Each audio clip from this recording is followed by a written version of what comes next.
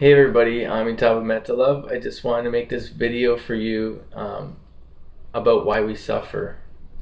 I was just washing the dishes and I realized what's really going on, why we suffer. So we are constantly bombarded with sensory input. We're constantly being bombarded by light, by sounds, by feeling, both conscious and unconscious feeling. Our bodies are constantly doing things, constantly healing. The blood's flowing through our bodies. We're moving our body in some way. The lungs are moving, and so there's always some sort of sensory input. There's always taste, even if we don't taste it. There's bacteria in our mouth. There's always some sort of smell, even if we're turned off of the smell and we can't smell it anymore through desensitization. And the mind is always moving in some way. So what's happening is we are in constant sensory overload, and that's why we suffer. It's not the fact that we're in constant sensory overload, and that's not the reason why we suffer, but what happens is because our senses are being bombarded constantly, our mind needs to feel safe. We need to feel safe. Now think about it.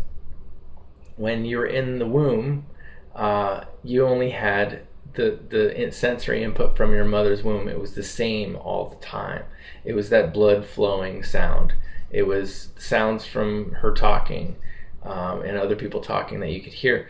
But it was dark. You didn't have light input so much, and the sounds were limited. They were muffled. There was probably no taste. If there was, it was consistent taste. There were probably no smells. There was no breathing, so the baby was being fed through the umbilical cord, and so there was less sensory input. And then what happens when the baby comes out of the womb? The first thing, tears, pain, suffering, crying. And that's because there was more sensory input, and it was sensory overload. They had, instead of the warm, nurturing environment of the womb, they had a cold and bright environment. Instead of darkness, they had brightness. Instead of muffled sounds, they had really clear and loud sounds. And so that's why we started crying, because it's sensory overload.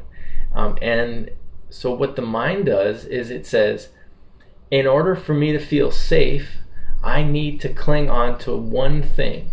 I need to find something, some type of meaning in my life, some type of belief, some type of view, some type of pleasure, something that I can keep that's permanent, because there's so many things going on all at once.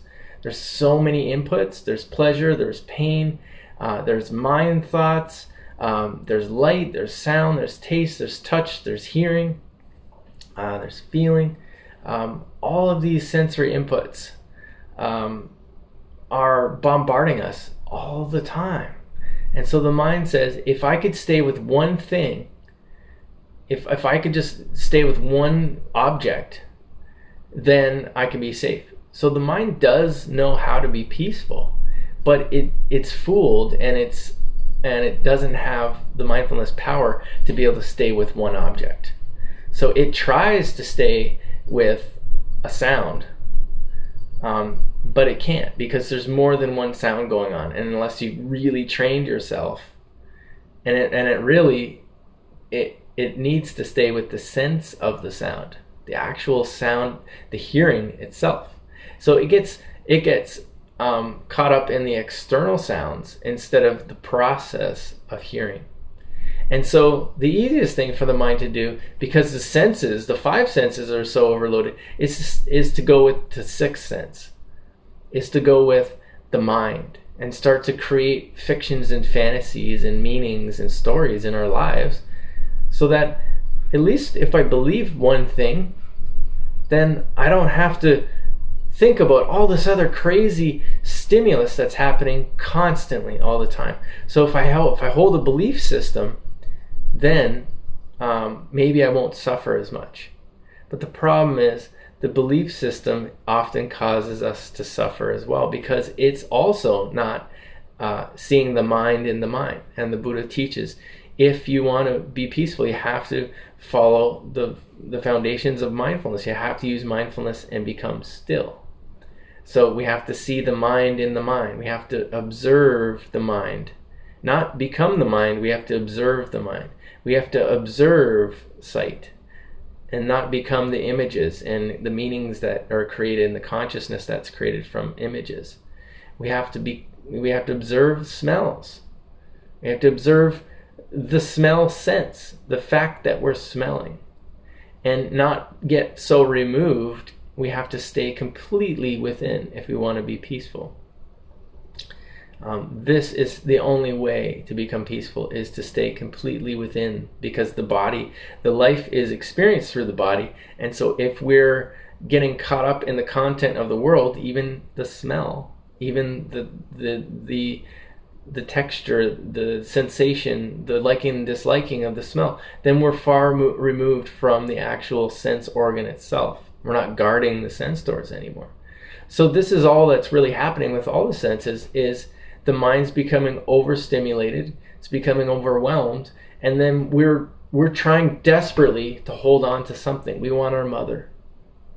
That's what we want. We want our mother, because our mother gave us, and that's why we have, complexes with our mothers and fathers, because they were stability in our lives. Our mother especially, because our mother gave us consistent sensory input. That's why if you take a child, if you've ever heard of failure to thrive syndrome, if they don't get to rest on their mother's breast, they go crazy, because the baby can actually die if they don't get input from somebody who's loving, at least, but better to have that input from their mother. So if a child's having some health issues when they're first born, if you put it on the mother's chest, the heart rate and the breathing will synchronize with the mother. And so the baby is so used to the sensory input, it actually becomes entrained with the mother, and it needs that input. And the more and more we get away from our mothers and disconnected from our mothers, the more suffering we have. So it's really important to be close with your children if you're a mother, and if you're a child, become close with your mother. So maybe I need to get closer with my mom. Maybe that's what this is for me. But I just wanted to talk about why we actually suffer. If you really think about it, this is true. The processes of craving, of liking and disliking, really are just symptoms of wanting to have certainty in our lives. Because we did have certainty at one point. At least it was less uncertainty. And in this world, that's all we get is uncertainty. So the process of meditation is really a process of coming back to the senses. It's staying with one object. It's choosing one thing to be safe, so that we're not overwhelmed by all the other senses. All the other senses will eventually drop off, and then we're just with that one thing, fully absorbed in the present moment with that one object. And then insight can arise into the nature of the mind and suffering and life, and we can become happy again. So the more we can practice meditation, mindfulness, and stillness through staying with one object all day long, come back to the breath, come back to one thing, come back to the feeling of the body, the senses, feel your hands, feel just your feet, just one thing. Keep coming back to it all day long. You'll build some mindfulness power. You'll build some a sense of safety and certainty in this life, and you will be happier. I love you. Have a wonderful day.